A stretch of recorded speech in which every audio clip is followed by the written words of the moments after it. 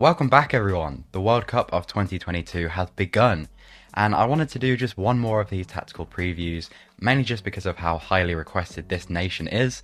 So yes, today we're looking at Spain, a very enigmatic team led by former Barcelona head coach Luis Enrique, and the Barcelona ties in this team are incredibly strong.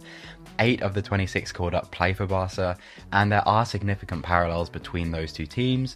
So let's start this Spanish deep dive by looking at what they're best known for: possession of the football. So what makes this such a unique side at the World Cup is that Spain are, I would say, the most strictly coached team in the tournament. This is a team built on Johan Cruyff's principles of positional play, which in the modern day is generally applied via this rigid 4-3-3 shape. The shape that you'll see from most of the modern Cruyffian disciples. I say rigid because almost everything about it is premeditated.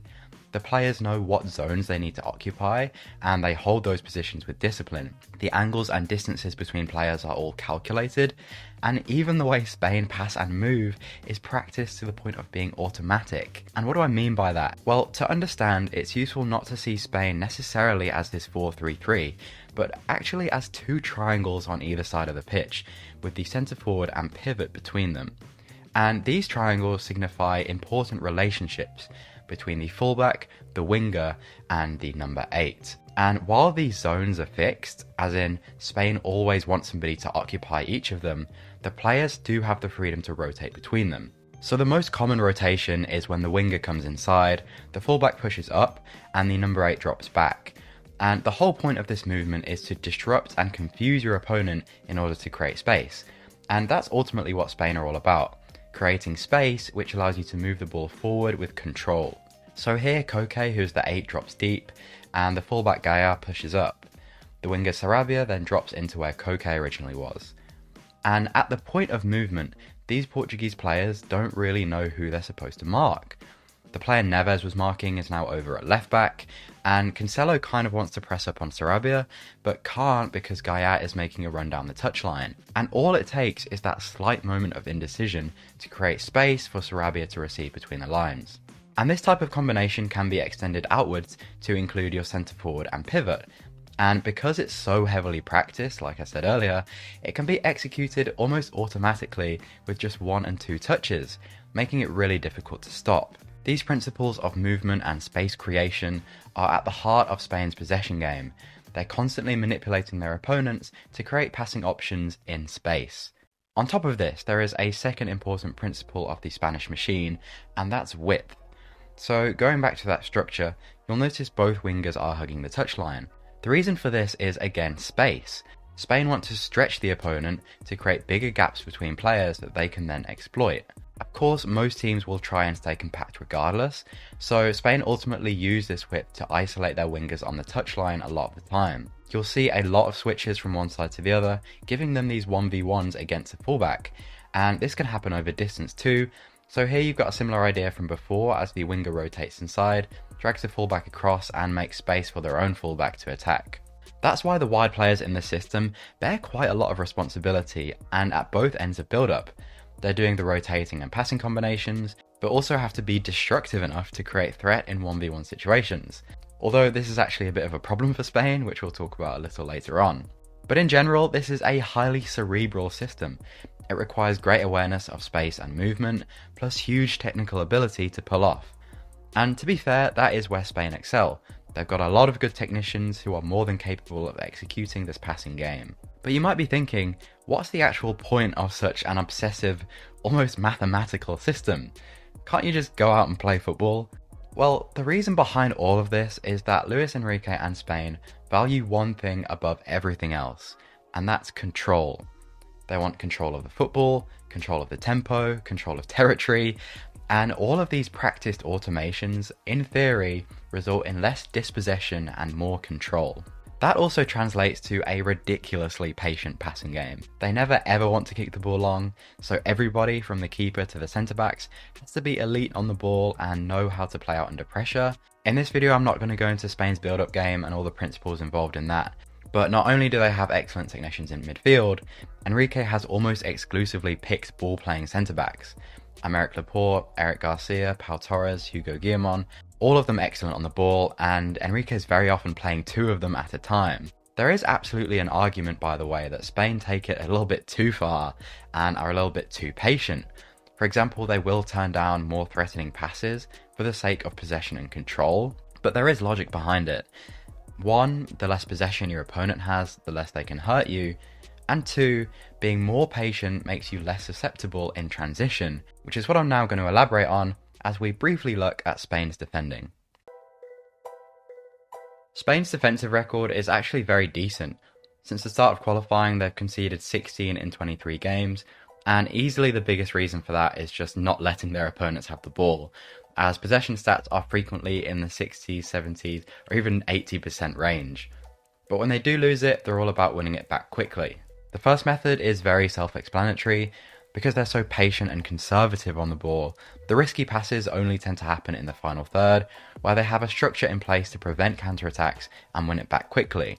But the more general defensive philosophy is all about pressure and territory. In my Brazil preview, I talked about how Brazil use a man-to-man press to force their opponents towards the touchline, and Spain have a similar principle, but rather than sideways, they want to force their opponent backwards, towards the goalkeeper. So they use those angled runs to discourage forward passes, allow the backwards ones, and then eventually press the goalkeeper into kicking long. The roles are pretty fluid here, so everyone is in on the press, and your so-called defensive midfielder, so it's Rodri here, is going to be pressing high up pretty often, and these principles are also going to apply for the entire game. In short, it's patient and considered on the ball, and high intensity and aggression off it. And balancing these things isn't always the easiest, because it's all good having ball-playing centre-backs, but because of how Spain press and how they force the opponent long, those same centre-backs are also having to win a lot of high-risk duels, 1v1 situations that, if they go wrong, give the opponent access to a lot of space behind that very high line. It will be interesting to see which opponents recognise this and base their strategy on isolating Spain's weaknesses, but that's actually not my biggest concern for this team in the tournament, which takes me on to this final section, because we've talked about what Spain do, but exactly how effective will it be in this World Cup? And I've got some doubts. I do feel reasonably confident in saying that Spain will be able to impose their game plan in most games. It's very strict and well organised, a more ingrained system than probably any other in the tournament. So I do expect high possession numbers, and I also think very few teams will be able to consistently play out of the Spanish press. So the control that they want, I think they're actually going to get, and that alone puts them in a position to compete against basically anybody in the World Cup, so they could win it. However, I don't think they will, and my biggest concern about Spain is really their lack of X factor. For one, this team is so strict in its positional game, it has the issue of being a bit predictable. You know exactly where each player is going to be in the build-up, and we've seen a string of games where Spain come up against a very stubborn, well-organised defence that knows exactly what passing lanes to block and who to put pressure on. On top of that, I've talked about how Spain move the ball from front to back, but not really what they do when they get there, and they are lacking a bit in that regard. The Spanish front line tends to include players like Alvaro Morata, Pablo Sarabia, Ferran Torres, all technically good players, all very smart, they move and combine well, but I do question their cutting edge. Again, it's partly about predictability. There's nobody here really explosive or destructive enough to beat a man consistently, or be a bit more direct or clinical. I suppose those players would be the likes of Dani Olmo or Marco Asensio, but I compare those options to the other top nations, and there's a bit of a gap. Take Varane for example, who's very likely to start as that wide outlet we talked about, but he's not really a dribbling specialist, so when you work the ball out to him in those 1v1 situations, he's just not a consistent threat. The same goes for Morata, who at centre forward actually has a bit more freedom, dropping deep and becoming the free man, but his skill set isn't really aligned to do that, not to mention his inconsistency in front of goal. And you could get away with maybe one of these types of players, but there's really nobody here with a consistent cutting edge in the front line. And sure, Spain have a lot of interesting options on the bench, any one of whom could step up and become a star in this tournament, but these are young, unknown quantities. Even in midfield, yes, there's a lot of good and varied profiles, from controllers like Pedri and Koke, to your more aggressive runners like Gavi and Llorente, but it's not abundant in goals and assists. The only player in here with a reasonably consistent goal return is Carlos Soler, and I just think the top teams have a little bit more quality in that final third, which is where I feel Spain aren't strong enough to win this tournament. But they might prove me wrong, and like I said before, their possession game, their technical quality, and their control gives them a chance against anybody. And regardless, I'll certainly be tuning in to watch Pedri and Gavi ball. So what do you guys think about Spain? Am I being too harsh, or will they struggle if they reach the knockout stages? Let me know in the comments, and subscribe to the channel to follow the World Cup coverage here.